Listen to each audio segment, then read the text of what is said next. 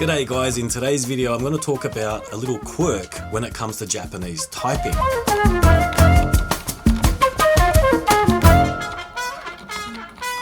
If you remember, a few videos ago I did a video on how to type in Japanese.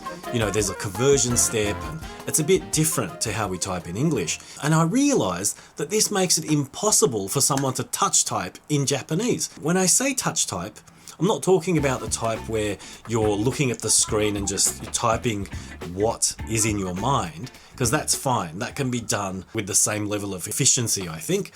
But the type of touch typing I'm talking about is the type where you have a document at the side of your desk, like beside your monitor on a stand or something, and you're typing it out while looking at it.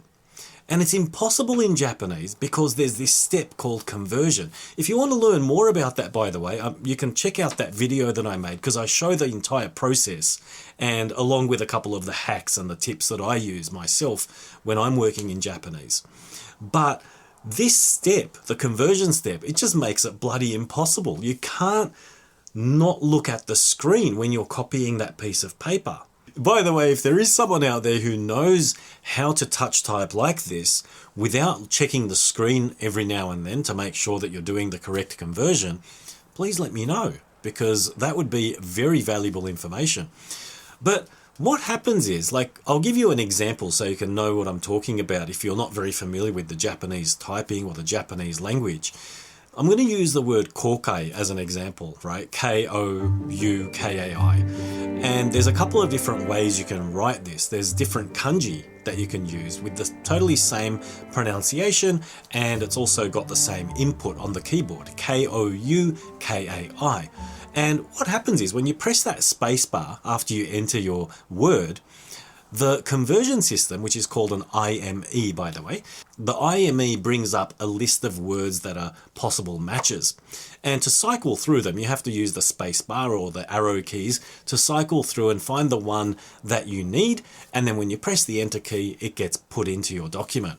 Now, this extra step means it's impossible to keep typing without looking back at the screen to make sure that you've chosen the right word. But when you think about it, there's absolutely no other way to do this. There's no way around it. Whereas in English, there's no conversion step. And what does that mean? That means we can just type away, and whatever we type, you know, if I'm looking at the document over here, let's pretend there's a document over there. I'm looking at it and my fingers are going like this, and I can just keep going. I might make a couple of mistakes here and there because I'm not a fantastic typist, but if you're a fantastic typist, you'll be able to copy that whole document verbatim, word for word, and you won't have to worry about choosing the wrong word. Kokai, by the way, I'll tell you a funny little situation here. It can mean going public with something or regret. Okay, depending on the kanji that you're using. I think there's a pun in there somewhere as well, regretting something and making something public. If you're a politician and you're watching, feel free to use that, by the way. It might be a good little joke at the dinner table one day with your mates, but there's a lot. Japanese has so many of these puns or these, the words that have the same pronunciation but totally different meaning.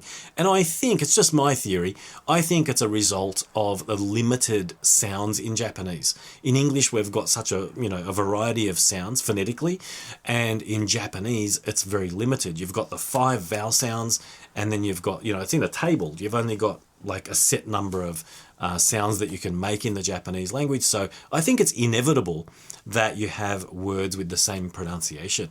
But I just thought that was an interesting quirk. I was thinking about it the other day because I was watching that video again, and I was like, there's something interesting going on here, and I couldn't put my finger on it. I was like, that's it. You can't bloody touch type because you constantly have to check the screen. I don't know if this makes a big difference in terms of efficiency or productivity or whatever, but it's just an observation that I made. But just thinking logically about it, I think it would make a difference because you've got to keep looking back at the document, right, to make sure that you're at the right place and that you have to keep looking back and forth. So I'm pretty sure it's going to make a difference. Anyway, let me know if you have any other kind of interesting quirks that you've observed when it comes to typing in Japanese. It's something that fascinates me because we don't have anything like that when it comes to English typing. There's no conversion step. There's no, looking back and forth or choosing words from a list. and that sort of stuff. So it's really interesting for me. And yeah, like I said, if you've got any other weird quirks that you've observed, feel free to let me know and share it in the comments, because as I work with the Japanese language more and more, you know, even though it's been many, many years, you know, I've been here for almost 15 years now, and I've been using Japanese typing for most of that time, I keep on noticing these weird little things that it's fascinating for me. Anyway, that brings me to word of the day, which is something I do at the end of every episode, by the way, if you're new here. And today's word of the day is, again, it's going to be related to something we've spoken about. I mentioned the word efficiency, and so I'm going to use the word for efficiency today as my word of the day, and that is koritsu. That brings me to the end of the episode. Thanks very much for tuning in, and I'll catch you at the next video. Bye for now.